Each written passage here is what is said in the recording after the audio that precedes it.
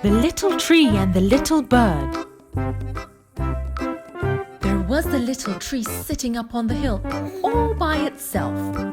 One day, the little tree felt sad and said, "I wish I had friends. I feel so lonely." A few days later, the little tree heard a little voice next to it. "I can be your friend," said the little bird. Don't forget to like and subscribe.